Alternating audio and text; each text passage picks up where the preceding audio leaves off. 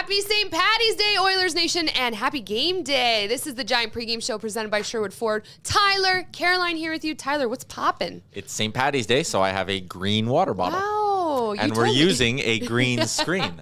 Just today, guys, it's usually a different color. Tyler tried to play that joke on me, but I'm like, that's not working on me. But I did not know today was St. Patty's Day until you brought it up. Which is, I wish I would have known that, because I feel like there would have been opportunities for me at other points in the month to trick you into thinking those days were also St. Patrick's Day. Honest to gosh, sometimes I'm like so far removed about what's going on in the real world that I'm surprised. Anyways, okay, 7-5 win over the Detroit Red Wings. Obviously not a pretty win, actually, like probably one of the ugliest wins. Yep. But the boys got it done. Obviously, what did we have? 3 goals in the first 5 minutes of the game? Yeah, three goals in the first 5 minutes. I pointed this out on Twitter. The Oilers had 2 goals before Detroit even cleared the puck out of their own zone without icing it. Like, it was just straight up dominance for the first few minutes of that game. And then... Well, okay, so let's talk about that. They came out blazing. They had a good lead. And sometimes when you take your foot off the pedal, and against any team in the NHL right now, you're not able to do that without thinking that there's going to be consequences. Yep. It's exactly what happened against the Red Wings, but the boys got it done. It wasn't pretty, and celebrate good times. We're in a playoff position right now, winning our last 3 games. Yeah, 3-game winning streak here for the Oilers, and yeah, it wasn't a good win by any means. Like, I give them a C- grade for that performance, but at the end of the day, you would rather win ugly than lose pretty, right? Like, every loss is ugly. So put that on a t-shirt. I loved the Jay Woodcroft quote after the game when he said he was talking to Brad Lauer from the Oil Kings. You know, every win is a painting, but you don't hang them all in the living room. Sometimes you need paintings to go in the basement, and that was certainly that. I have that in my notes as well, because I love that wins are like art, and you know, it's not always going to be in your living room. And Jay Woodcroft, man, we talked about it last pregame show. His mentality, when you hear things like that, like me as a fan and me as, I mean, are we allowed to say we're fans? Yep. As pre-game show hosts of Oilers Nation, I hear that and I feel relaxed after that, because I'm like, this guy has confidence. It wasn't a pretty win, but he's there and he's saying, at the end of the day, we got the 2 points that we need and we're heading in the right direction, because the goal now is playoffs. And I just love hearing Jay Woodcroft speak, because it's therapeutic for me.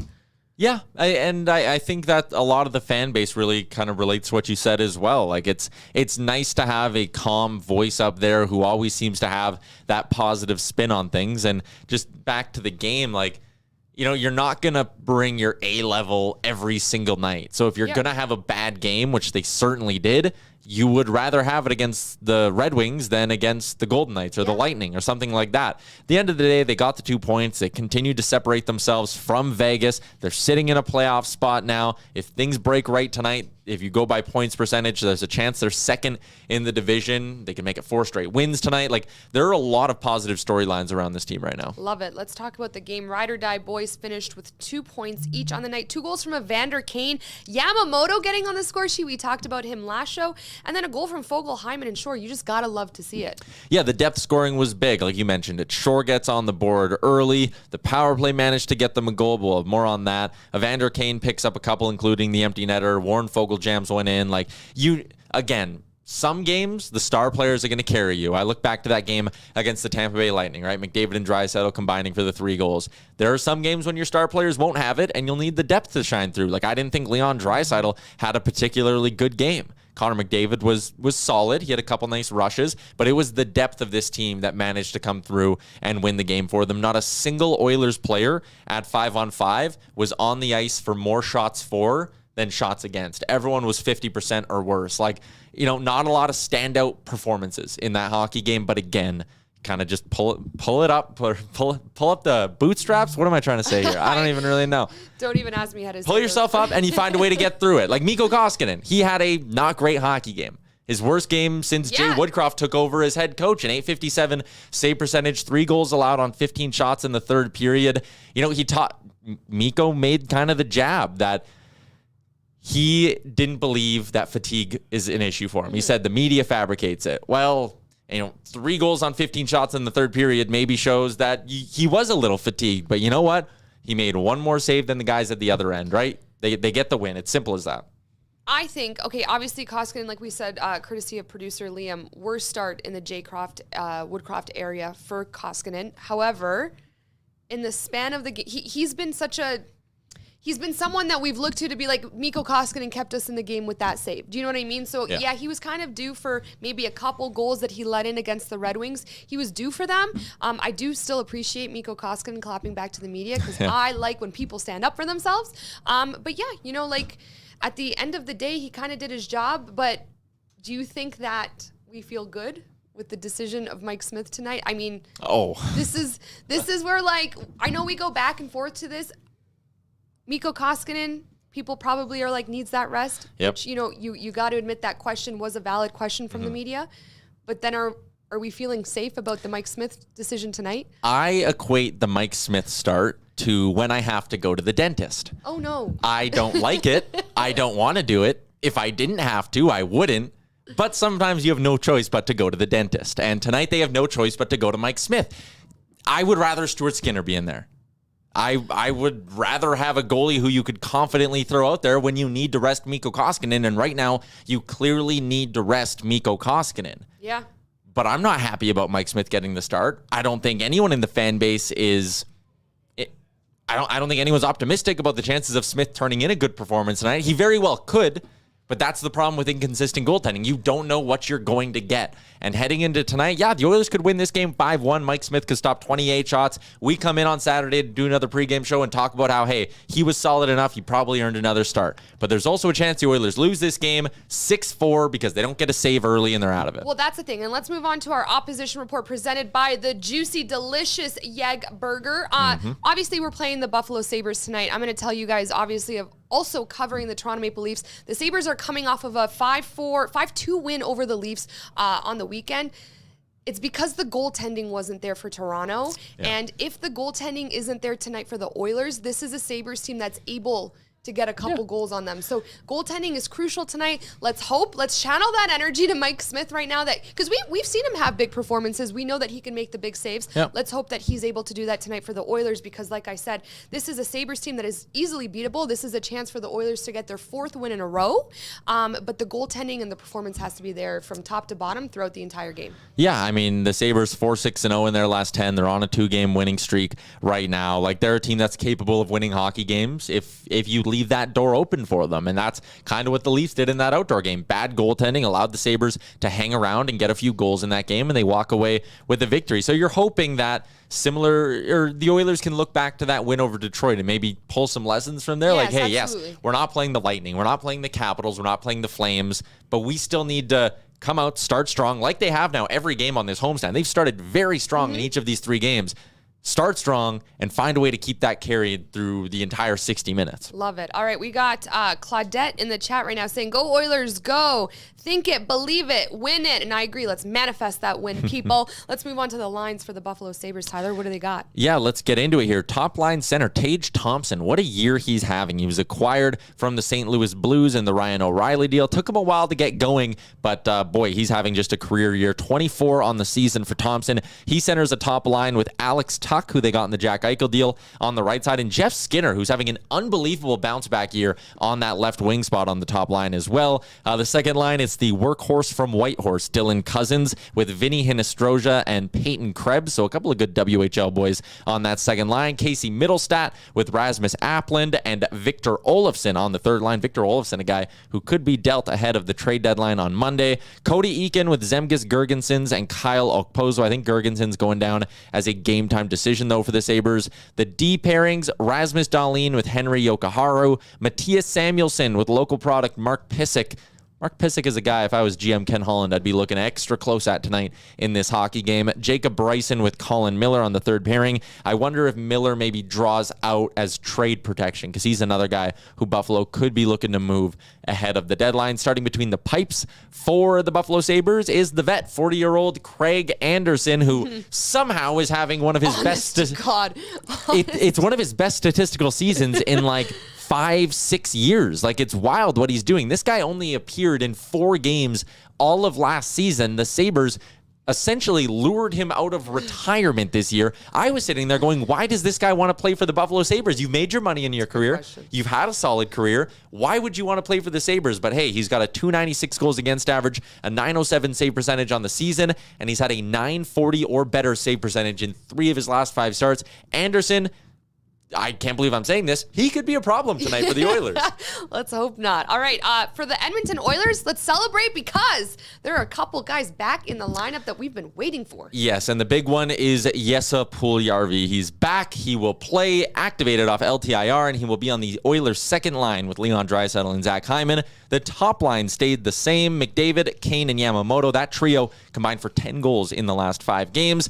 Devon Shore with Warren Foegele and Derek Ryan. That trio managed to score a pair and got a big one as well with the game winner against Detroit. McLeod with Archibald and Cassian. Ryan McLeod on the fourth line. A little concerning for me, actually. That fourth line didn't play a ton. Like the trio that Jay Woodcroft put together with Malone, Archibald, and Cassian, they only spent like 6.5 minutes at 5-on-5 together in that hockey game against Detroit. I really want to see Woodcroft use this line and give McLeod some ice time in this hockey game. The D pairings for the Oilers, Nurse with Ceci, Keith with Bouchard. Top 4 stays the same. The third pairing is going to be Chris Russell, who's back from LTIR as well, with Tyson Barrie on the right side. Chris Russell, he has not played in a while, but I wonder if he shows well in these next 2 games, does it maybe impact the Oilers' deadline plans? Awesome. We got in the chat Keith saying, go Oilers, go. John said this has to be the oldest head-to-head goalies in the history of the NHL. Hopefully us having the younger of the two will be in our benefit. And Keith saying, go Smith, go. At this point, actually, I'm trying to think of like what would have been a goalie matchup, at least in Oilers history, that could have ever been older than this. It's combined 79 years old between the two. That's old. All right, Ty, anything in your chat right now? I'm looking through the Twitch chat right now. Sammy said battle of the 40-year-olds. Kylie said we got a grandpa matchup. It always is hilarious how like 39 years old in the real world is like relatively young. Like you're in the prime of your life. In hockey, it's like, well, retirement home, like get out of here. Spiced Oil, is JP activating off IR going to be our biggest acquisition this deadline? God, I hope not. But it's definitely not unrealistic. Like that could be the excuse Ken Holland leads on. You know, when he sits there at his end of deadline press conference on Monday, March 21st, I could see him going, we got Nuge back, we got Puljujärvi back, we got Russell back. Those are deadline acquisitions in themselves, and we signed Evander early in the year, blah, blah, blah, blah, blah. Like, there are a lot of built-in excuses. This could be it. The Oilers could sit there and go, hey, we got healthier, and that's our deadline move, which is incredibly disappointing when you look down the QE2 and the Calgary Flames are out here trading every draft pick they have loading up their roster, but maybe a conversation for a different show. Oh my gosh. Okay, Alex saying, I'm working in Kamloops, and I know it's St. Pat's, but I'll be rocking my Bison King shirt tonight. Picked it up last month at Rogers Place. Such an amazing shirt. So yes, all hail Bison King. And Colin, today's chocolate, I picked it before and a few times. It wasn't the chocolate I wanted, but maybe today's different. And our box will finally be its day. We will have 2 good chocolates in our box of chocolates. Go Oilers. Man, that box of chocolates thing really took off. Yeah, it really did. Yeah, and I had a Reese's cup on the way here, so that's got to be a good sign too. Did you have any chocolate today? No, I did not have any chocolate today. I had leftover pizza. Oh, which is a good, guys, leftover. This might be a hot take, but leftover pizza and leftover Chinese food, I feel like tastes better than the day of. Top notch, especially right? when you get the air fryer going. Hello. Yeah, Tyler's like king of the air fryer right now. Okay, what's your bet of the game? Bet of the game brought to you by our friends at PointsBet, where the Oilers are favorites, as you could have predicted. I mean, minus 261 on the money line. They're huge favorites in this hockey game. If you like the Oilers in regulation, minus 160. Really similar odds to the game against Detroit. On the puck line, they are even money, plus 100. So if you wagered 100, you'd win 100. Some notable bets that I kind of have my eye on. Connor McDavid didn't score against Detroit. He's minus 125 to find the back of the net tonight. But for my bet of the game, I am actually going with the Evander Kane shot prop. He's hit this number in 5 in a row. It's set at 3.5. It's paying plus 120. Something that's happened 5 times in a row, plus money on the bet. I'm all over it. He's staying on that top line with Connor McDavid as well. So I like the Evander Kane shot prop. I actually like the Oilers to come out and win the first period at plus 105. They've done this every game so far on the homestand, in 2 of the 3 games on their homestand. I like that plus money payout, and I'm taking them on the puck line at even money. I think they should handle the Sabres tonight. They're on a roll. They beat Detroit even though they didn't have their best, so I think they'll be able to crank it up a little bit and handle Buffalo tonight. How about Puljujärvi? Let's say he goes out on the ice tonight and gets one. What are the odds? Well, I'm taking a peek at that right now. I wonder if he's even posted on here. He might not be just because, game day. He hasn't played in a while. But Puljujarvi, yeah, top 6. Why not? He's going to get his chances here, and I think he'll be fired up to be back in the lineup. And it's big for the Oilers too, right? Like, you even just look at sort of the trickle-down effect of the lines here. All of a sudden, you're always going to have one of McDavid, Draisaitl, McLeod, or Shore on the ice. I know Shore, when he eventually gets replaced with Nugent Hopkins, that'll be even bigger. But I think you're starting to see how the depth of this forward group could be a problem for other teams down the stretch. Because when the Oilers are healthy, they have a lot of really good players up front. So again, we're talking about the deadline. There's been some talk about are they being connected to Dominic Kubalik out in Chicago, and I saw them connected to Arturi Lehkonen as well. And I just kind of sit there and I go, if you acquire a forward, I don't know where you put them in this lineup, which is why I think Ken Holland should be kind of saving his assets here and really pushing to get an impact defenseman. Because I think when you look at the blue line, you can kind of sit there and go, yeah, they could use another top 4 guy, whether it's a lefty or a righty. If they offload Barrie in the process, who knows? But they could definitely use another defenseman. Definitely more than they could use a forward, I think. And tell everyone what you're doing on trade deadline day. Trade deadline day, I'll be sitting right here, 3.5 hours on the Daily Faceoff Twitter, Facebook, and YouTube. Myself, Frank Saravalli, Mike McKenna, Scott Burnside, Matt Larkin, special guest Pete Blackburn, Chris Gear, and Chris Peters as well. We have a massive group. It's going to be a 3.5 hour live show, and we'll have you covered on the Oilers and everything around the league. Awesome stuff. All right, guys, this has been your Giant pregame show presented by Sherwood Ford. It's game day. Get pumped, guys, and I'll be at the game. So if I see you there, it'll be fun. And Are you going to the game? Yeah, I will be. I will be there as well. Yep. Okay, so I'll see you there. Okay, guys, thanks for listening. We'll see you next time.